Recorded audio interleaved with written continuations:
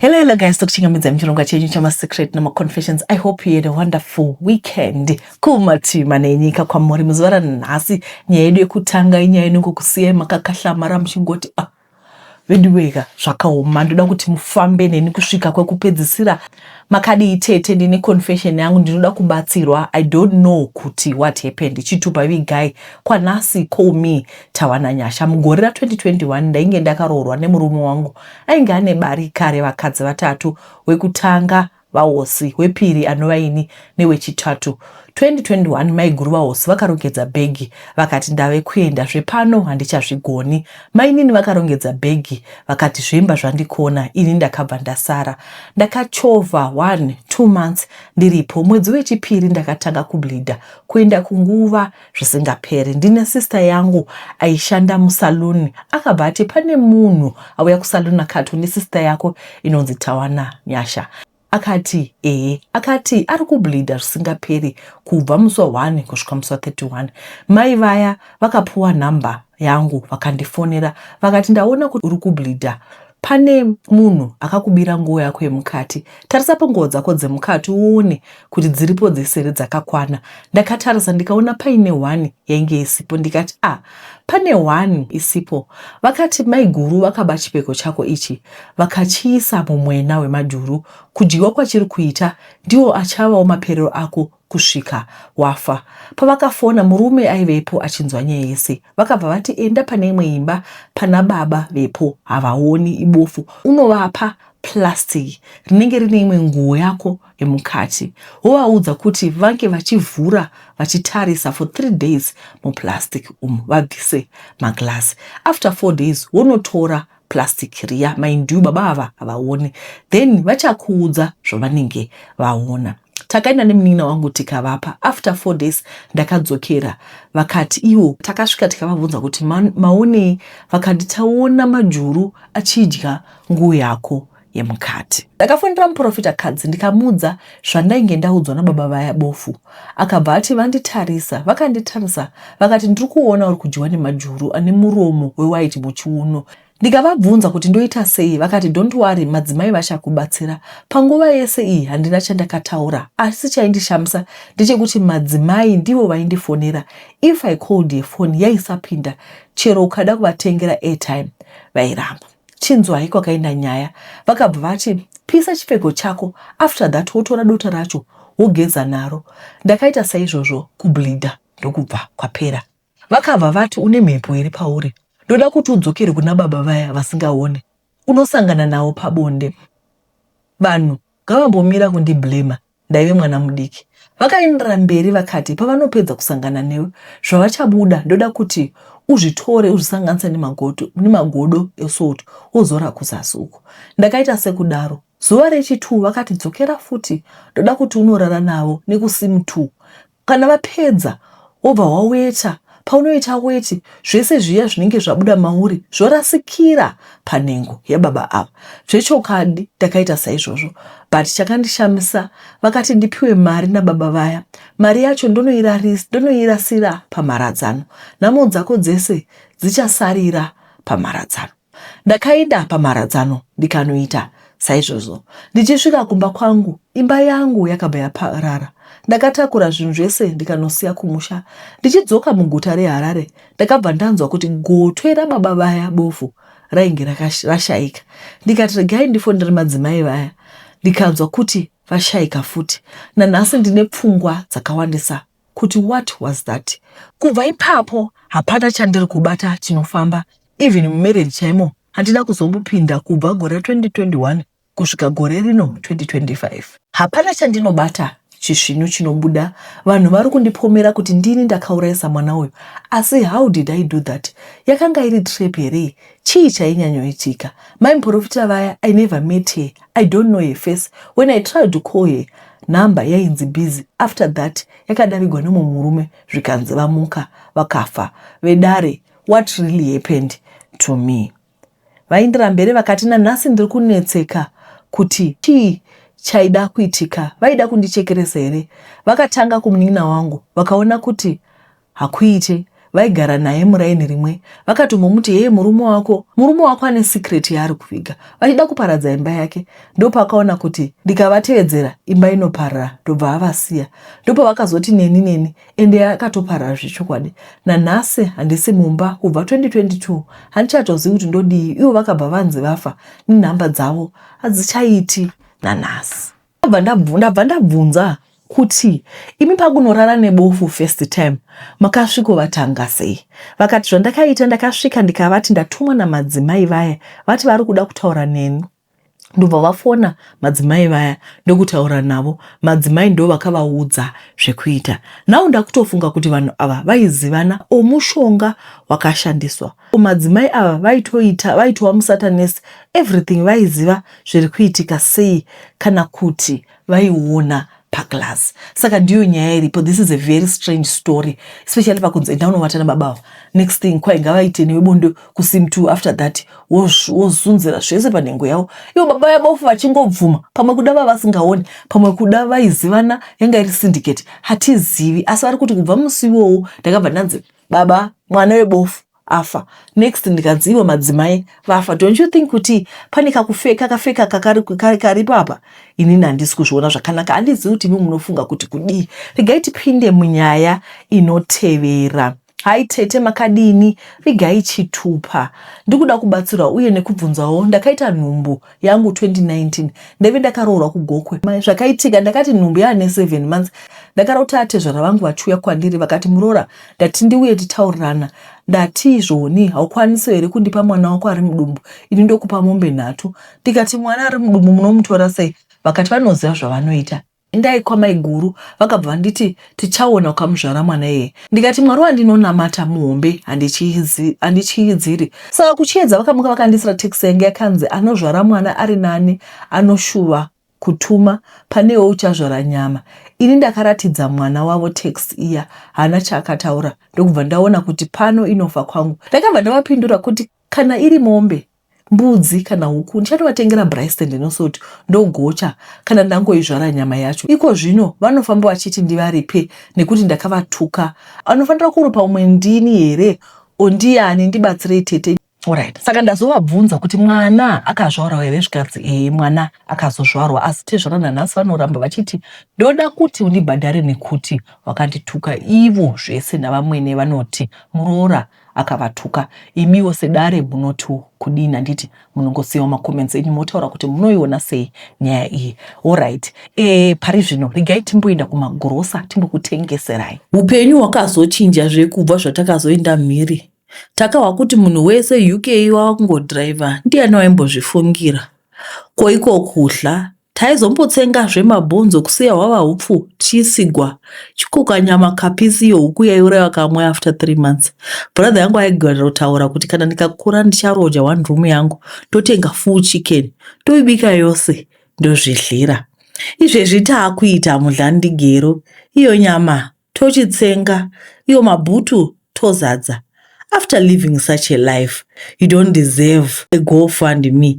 Iwe chaiyo, aiwa, kwai modhiraivha zvemota dzamagetsi. Aiwa ngatirongeke asikana. Munhu wose ngaamhanye kudiaspora insurance. Munopiwawo kapolisi kenyu. Mugare mune peace of mind. Mugoitawo dignified send off. Munhu wese link iri muzasi macomments. Ngatimhanyei kudiaspora. Tinopiwa polisi yedu tite vanhu vakarongeka. Diaspora Insurance. Peace of mind guaranteed. Wana basa kune vamwe boss lady vaiva nemasaluni akati vandichati boss Chiedza. Boss Chiedza munhu ainge ane mari dzake vachitofambawo nemota yakaberekawo vhiri shure. Mumasaluni mavo chainge chakazara aiva mawigi, kugadzira vanhu musoro paiva pano nepapo. So tete ndaitengesa mawigi nemaaccessories zvakanaka naboss Chiedza vangu ava. Taiva tine sisterly relationship. Ndichavati sisi, ivo vachinditi amainini. Mwedzi wakapera hepanoipa kuti vachibhadhara ndipo pakatangira nyaya dzose. Tete regai ndimbokudzoserai kumashure mbichana. Boss vangu ava vaifarira zvemushonga. Vhiki raisapera vasina kumboenda kun'anga, hanzi kunogezwa munyama. Chero mushopu mandaishandira ini maigara makapiswa mushonga type netype. Kwai pane vanhu vanondishinira, vari kurwadzwa nekuita mari kwandiri kuita. Saka mishonga ndeyekudzinga munyama pamwe chete nekudana macustomers. Tete kutaura chokwadi mazuva iwayo I never thought much about it. Ndaifunga kuti vanobata mushonga vanobata behind closed doors, kwete in broad daylight. Ndaingotiwo munhu ari kupractice zvaanotenda mazviri. After all, we're a free and a democratic nation nhai. Ndakapiwa mari yemuhoro mwedzi wapera, ende mari iyoyo yakasangana nevhiki reback to school. Boss chiedza vakandipa mari yangu yemuhoro, ndobva vanditi ndinovata nayo zuva 1 kumba ndigodzoka nayo vagondigadzirira mari yangu. Yaitozowanda zvinoshamisa. Vakanditi ndinouya nefodya neplate isina kumboshanda, vagondigadzirira mari yangu yaizowanda. Musi wandakawana mari wangu waiva musi weFriday. Ndakatobuda musalon ndikatotanga kutenderera mutown. Zvaidiwa zveback to school ndaizviziva. Kwava kutenga paya netumwe tokunonga zvekunoshandisa kumba. Saturday boss vakauya vanambobvunza Maria, asi vakauya vari mune rimwe zimundu raityisa, kufuta kunge dzetse ratemwa nematombo. Zuva rose vakaswera vakafunumwara. Waiti ukataura navo vaidavirira mudungu senge nyoka yabayiwa nemabayo. Zvinhu zvavainge vati nditenge ndaive ndisina kutenga, sekuti zvekugadzira mari izvi ndainge ndisina kumbobvira ndazviona chikuriro changu chese. Sunday ndakaofa, Monday ndadzoka kubasa. Vakangouya vachituka munhu wese, including vasikana vemalicious nemaneo technicians. Waitiona kuti zvomusi uyu hazvisi zvega. Vasikana vaitukwa, asi ndega ndaiona kuti vari kubatanidzwa panyaya dzisiri dzavo. Indaingovasiyi zvangu. Zuva ronovira musi weMonday vakandidana vakati machongwe pamusha hangaiti maviri, saka vainge vafunga kuti ndisiye basa. Tete ndaiziva zvangu kuti haitombori nyaya yemachongwe maviri, asi mushonga yavo yainge yaramba kuinstalla pandiri software mushonga yavo yainge yarohwa nevirus.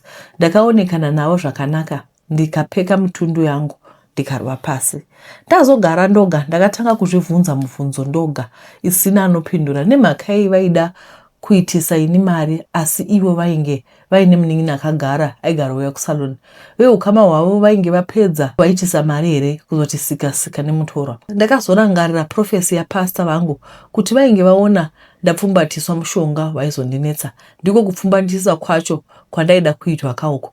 Tete ndakaona ndoga kuti relationship yedu yakazoparara mushure mekunge ndaramba zvavaida kuti ndiite.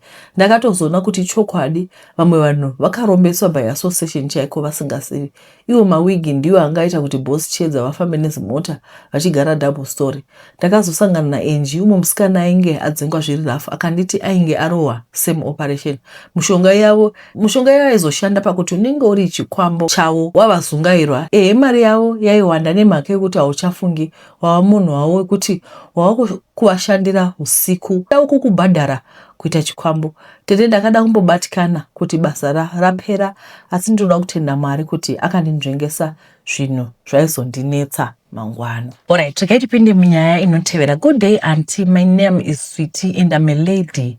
I'll group my stories like this. Part 1. Izvi zvakaita ndiite chitsidzo chekuti when I grow up and get married, I'll never leave my husband home for any reason. So my part 1 goes like this. I've been following your stories and most of them zvinhu zvandakararama. My parents separated when I was 5 and I went kunogara kumaternal home ndokwandakakurira ndichirerwa nagogo while mom was kumiri searching for greener pastures. Pahanzvadzi dzamai pane one muombe wacho anga agara ane mbiri yekutyiwa even munharaunda. Ivavo vaiti shungurudza big time. Neimwe cousin yangu at grade 3 tange takutakura 20 liters emvura going to school, uchisiya wachera mvura waita basa. Apa sometimes you go to school usina chawadya, usina mbuva, and on barefoot, yet my dad would send Mari for upkeep. I remember this other day, tichirima ndichitungamira mombe, sekuru vachityaira, apa ndanga ndaive grade 7. Mombe yakanditunga ndikaregedza tambo. Ndakarohwa padumbu apa nehlava, zvekuti ndakamhanya munda wese in pain. Ndakatopedza mwedzi wese ndichadza kufamba, and to date ndichiri nevanga iroro. Ndakazovaregera hangu cause now I'm 28 and nekukura he now respects and treats me well. But I used to resent him. Moving forward, pavakazorora, his wife continued the abuse and it became worse apa she was very manipulative. Vaingokurovesa vakaboekana newe. 2008 pagore renzara, like most families, life was difficult for us, but our neighbors vakatenga 12 bags of chibage in exchange nemombe. So muroora wepo was good hearted, said that vamwene vake kana vasipo aibika kuti shedza me and my cousin, but mbuya mukadzi wasekuru vaya aita kazvona she would beat us tadzokera kumba, and sometimes tikapiwa kuti todyira kumba taitorerwa odya nemwana wake who was breastfeeding. Apa kumba we were surviving only nechakata and onions. That's all we had for food. Ndakazotorwa nandende vangu gore iroro regrade 7 muna 2010 ndikazonogara kutown kwavaive ende vakatoita zvekundiba. Nadedi we only stayed together for a year. In 2011 ndivo sarai, so I had to go back to my mother's family again, but this time ndakabva ndatorwa namai guru sister yamomo vachiti hamungabvisi mwana mutown momudzosera kumusha. Kwamai guru kuya abuse continued, sekuti mai guru vaiti kana tichidya vaiuya vahafura food from my plate voti unodyisa apa food yacho inenge isina anozodya, saka yaizongoraswa kuzoti kuschool ndaisaenda nembuva kwanzi ndakura at form 1 apa ndodzoka kumba kusina kubika. Manje kamuzukuru kawo kaindida kaitondiudza kuti tadya ukasukwa maplates plus tapuwa madola tichienda kuchikoro hanze tisakunze. Zvakawanda. Ndingazopedza day rese. Let me skip to my last part. Mai guru vaiti vakatsamwa vaitanga kundituka about my late father, saying all sort of mean things, including what made him separate with my mother. Of course he was wrong, but how was that my business? Vana havana mhosva panyaya dzevabereki. The love my dad had for me, anyone who badmouths him hangu ameno anenge achida chii. Mwana wamai guru mukomana wataigara naye, I think paya was kuma early 30s, ini ndandiri below 18. This other day akauya muspeya medu ndakarara, akasvikorara pasaidi neni, ndikangoti ndibudi. Next ndakanzwa ndobatwa mazamu, ndakabvunza kuti ko muri kuitei, zvikanziwa usati waona here kuti ndiri kuitei. Ndikati handizvidi. Akati boo, but he didn't stop until ndazobuda ndikaenda kudining. He followed thinking I would report him, but I didn't say anything. Pandakazoita boyfriend vakandirova zvekuti chero vaiti uchiri mudiki, I could tell it's personal. It's personal issue, not zvekuti age. Ndakazobvapo ndapedza form 4 ndakuenda kwe-level. Ndakazonogara nevamwe gogo vangu vaindibata zvakanaka, and I was surprised my mom vakundiudza kuti ndakakubvisako cause I heard everything that was happening to you. Chero waitsandiudza. All this taught me kuti chero zvaoma sei pandiri ndipo pane mwana wangu. A lot happens mudzimba umu, and vana are suffering. Sometimes panenge pasina option mubereki. Mubereki anenge achida kuenda kubasa, but safety yemwana yakakosha. Always check on the kids vedwe. I'm coming back nepart 2. Nyaya yacho yakarebesa. Don't forget to post as haridi pamunoverenga mogadzirisa my typing error. Alright. Regai tichiverenga nyaya inotevera. Maswera sei ini yangu haisi confession, but ndiri kurwadziwa. Murume wangu has always been a cheater, but gore rino nikisi. I had 2 miscarriages. First was because of stress.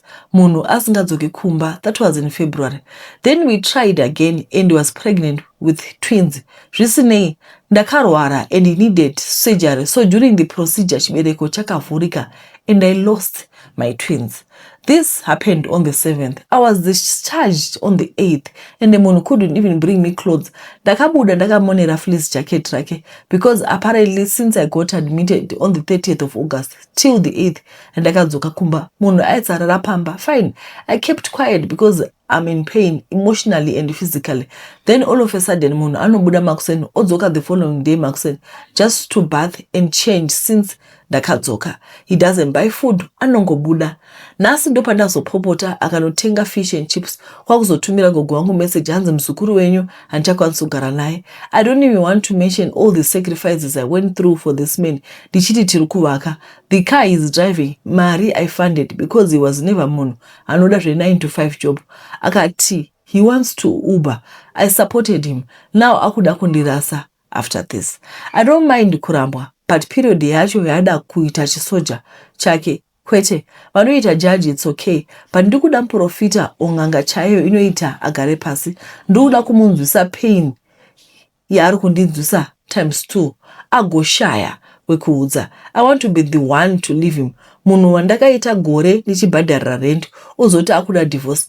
Never. Anoziva muprofita ngavandibatsirewo. Otherwise ndatofunga kumisira poison afe nekuda kwaanoita kutya. Saka ndiyo nyaya iripo iyi. Vari kutaura kuti ivo varikuda kumisira poison afe kana kuri kuti hapana help yavawana because murume uyu aravarwadzisa kuti vari muchipatara, vakaenda kuchipatara vakadzoka haana kana kuvavigira hembe dzekuchinja, ndivo vakamutengera mota yeUber, asi zvino akuva ill-treated. Vedweka zvakaoma.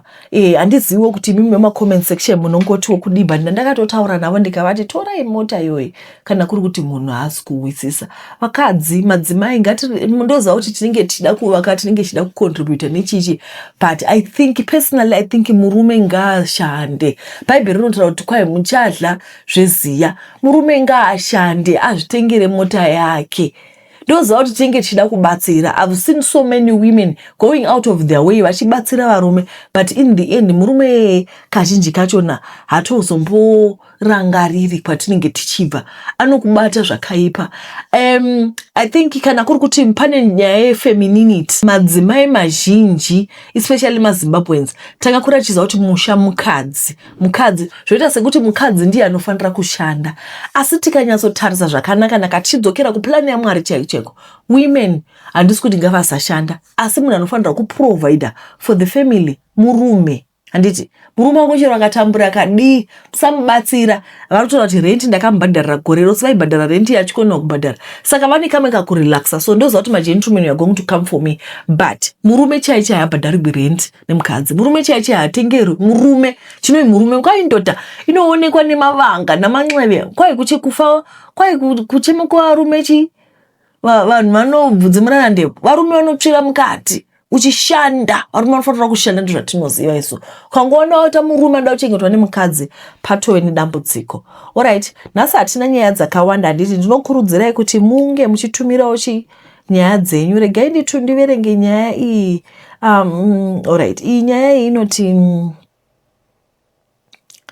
makasimbere tete. Nyaya yangu yakamira yakadai. Ndiri mukadzi single mother ane 27 years. Ndine mwana 1. Saka mama vangu vakaroorwa kumba kwedu nababa vangu.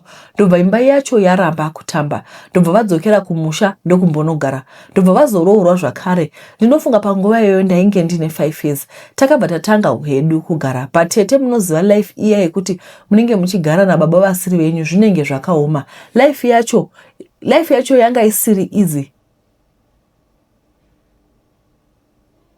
Guys, tinokutendai nekuona chironga kwamaita. Ingadai Mwari vakuitira zvakanaka, muve ne a beautiful Monday. Tichibva panapa ndokumbira kuti kana mune nyaya dzenyu dzamakamboitirwa muupenyu, kana mune matestimony enyu, kana mune zvese zvinoratidza kukura kwaMwari, pane vakabata mishonga, tumirai nyaya dzenyu. Handiti kuitira kuti episode yamangwana tinge tava nayo. At the moment we have nothing. Handiti tinenge tishushura kuti tinge tatogadzira episode yamangwana zvese zvatorongeka. Tinokutendai veduwe nerudo rwenyu. Vanoda got milk iripo. Muve nesu rakanaka. Kune avo vari kuona musaregawo kusubscribe. Ngatikurei. Handiti by the way ndandatokangamwa. Yekutanga toda kutenda mama tina anonymous wedu akatibhadharira mwana wedu uya wema-AE. Handi muchirangira student iyaya. Pana mama wakatitumira $100 tikakwanisa kuti mwana asanobhadhara deposit. Muzuva ranhasi tina vamwe anonymous vati vari kunobhadhara balance, saka takangomirira kana vangobhadhara tichakuudzai. Then tine team UK, pana mama wakatitumira mari paweekend, mari inosvika about 400 rand. Then iya ye700, saka mari dzatiwande. Ndakazama kuiridhima pamukuru zvamai mataura zvezve. Aiwa zvododa kuti ndiende Joburg ndinoitora mari yachona ndoenda Joburg. Nhasi Monday mai mwana apa nongo uchitofunga kuti kuJoburg ndonomira line ndofuna kutora vana vangu na1. Saka today I don't know, maybe if I can go after ndatora vana kuchikoro. Then tiri kutanga Facebook neInstagram nyowani. Wiwana pa Facebook ndichasiya link yangu yeFacebook, ndichasiya link Instagram anditi ngatiuye titaura so that we can talk zvimwe zvinhu zvisiri zvemasecret panapa. Pane madzimai anenge achingotaura toda kugeza, toda kutaura zvekugeza, toda kutaura zvekupfeka. Ndokusinda posta one picture so far paInstagram. Saka munongo ndichasiya link follow anditi so that we can build a community, and also it's going to be easier for me to get to know the people that I'll be talking to behind the camera, because right here it's just a one-way thing. Apa katikati kuita interaction anditi tinokutendai guys nekuna kumaita kuma sponsors edu ose mwari vakuitire zvakanaka. Thank you for changing these children's lives. See you in our next video. Bye bye.